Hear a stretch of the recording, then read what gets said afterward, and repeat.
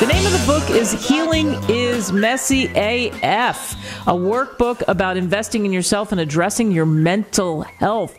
Who can't use that? Kaitlyn Kenealy is with us. She joins us on Author's Corner here on America Tonight with me, Kate Delaney. Kaitlyn, thanks for coming on.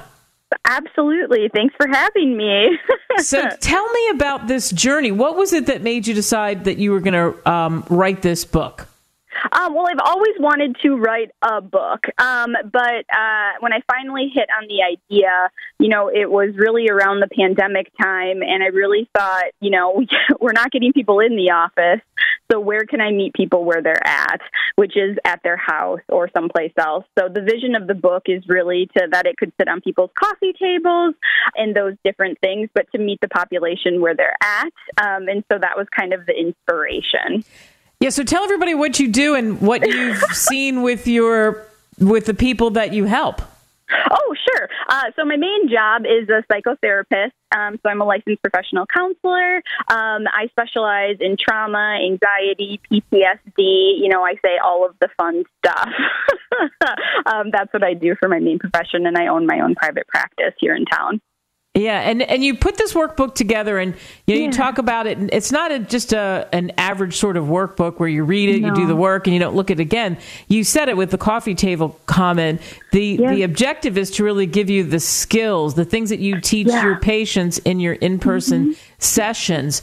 So tell us more about what people will learn in the book. Perfect. Yeah. So the way I look at the book is it's really a soft sell on therapy. So I intertwine my personal experience, my clinical experience, patient experience, and then in each chapter, you get a tangible and practical skills that you could try at home. So there are things that I would do in session with patients, but things that you could do on your own as well. So, for example, one of the chapters is on anxiety. So again, talk about my journey, clinical, patient, and then give you practical skills that you could do if you have issues with anxiety. Yeah, it's interesting. A lot of people have anxiety, different kinds of anxiety. And of course, go get the book on Amazon or Barnes & Noble or wherever great books are sold. But give us a little hint. How do we embrace the beast anxiety? What can people listening to you do?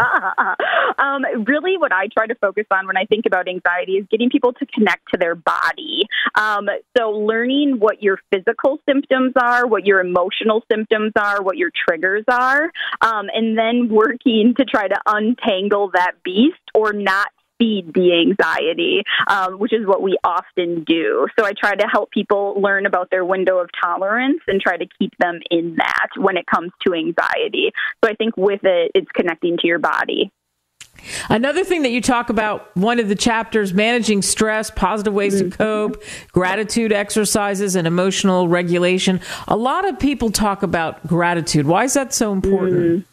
Yeah, well, and this is something that has really, and I talk about it for my journey as well, really transformed my healing journey and something that I do every single morning and throughout the day.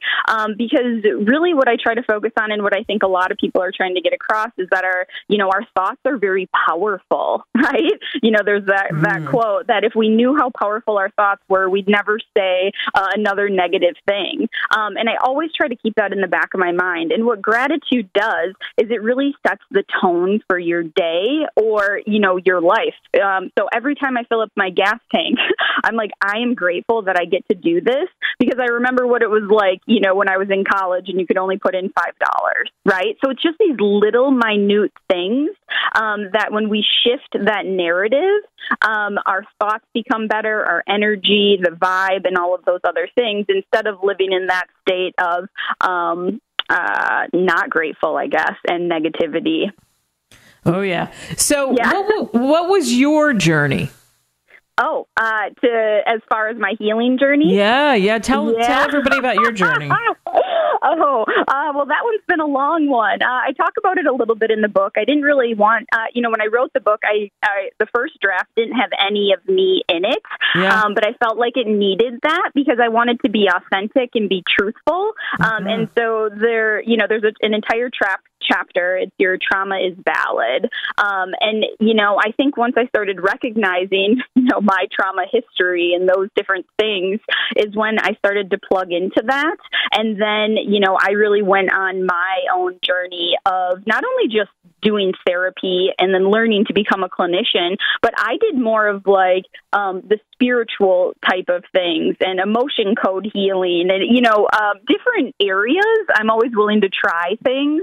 And so that's the kind of clinician that I am. I never ask a patient to do anything that I haven't tried or wouldn't be willing to try myself. So I think my journey started, definitely in college years when I was like, all right, maybe life wasn't as peachy as I thought it was.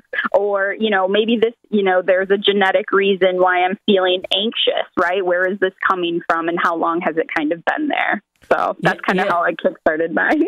Yeah, there is something to that you share that you're right. It makes it authentic and that you can say, listen, I've been there too. So, and now I've got this workbook, Healing is Messy AF, a workbook about investing in yourself and addressing your mental health. Another thing you talk about is mantras. And what do mantras do? Yeah. And so I just, when we are putting together a coping skills box, right, whether that's figuratively or literally, whatever works for people, again, I'm really big on how we talk to ourselves. And so, my mantra is never let them see you sweat. I have it in my office here, and something that I say to myself, right? Never let them see you sweat, because this is what works for me. But it could be a song lyric. It could be something else. And again, the mantra is something that you can go to when you need a quick turnaround, right? Because I have session after session after session. So I need to have a quick thing that I can decompress so that I can show up next for my next person. So I just really believe that something resonates with you, a quote, a verse, a lyric, something, and for people to find that and to utilize it can be a really powerful technique for healing. I love that. Mm-hmm. Do you think some of the stigmatism around getting help and addressing what's going on is starting to lift a little bit more? Yeah, so the very first, I love that you asked that question. The very first chapter of my book is identifying barriers to therapy. So again, not only is this book a soft sell on therapy, but it's really a way to revolutionize and to break that stigma on mental health. I definitely feel that the upcoming generations are working towards breaking that, and I think we need to get on board and support them and those different things. So I feel there is a movement towards it. However, it's still met with such resistance and so many questions.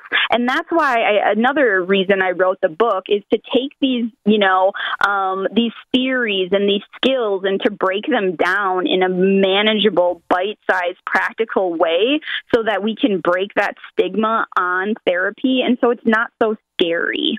So that's kind of the other hope of the book. But I do feel that there is a movement towards that shift. Absolutely. Yeah, you can see it for sure. Yeah. Now you're already saying it, but what do you really hope when somebody gets this and they work through it? What do you hope happens? Well, the feedback has been so great, and I just love that because each person is getting something different out of it. A different chapter is going to resonate for somebody than somebody else. But the overall tone is, and what I've heard back, and this is what I was hoping for, is it really made me think. And it made me want to invest in myself. And it made me learn a skill or multiple skills that I hadn't before. And people have also just said that they felt that it's been authentic and that it was nice to hear somebody who has these credentials, such as myself, but made it so authentic and real and just brought it down to earth. And so that's what I hope they take away from it, that we're all in this together. And the more we heal one another, right, it can have that ripple effect. Yeah, for you, it had to be so incredibly positive, actually, to put all this together, right? Well, yeah. So actually, I almost didn't go through with it, right? Who's going to read this? this. I had also gone through, some major transitions in my life, but I'm glad that I did, right? Because the vision and the purpose has been there, and that's what people are getting. So to me, to know that I wasn't going to go through with it, but then I did, and then we've received all this positive outcome so far within the past year from it, is extra gratifying, I would say, and that really pushes forward that there's power in this work, and I get to preach that on a personal and professional level. So it's kind of a double win for me. Excellent. Kaitlyn Kenealy, thank you so much for joining us on the show. Again, Healing is Messy AF, a workbook about investing in yourself and addressing your mental health. Pick it up and do the work. Thank you. Yes, thank you.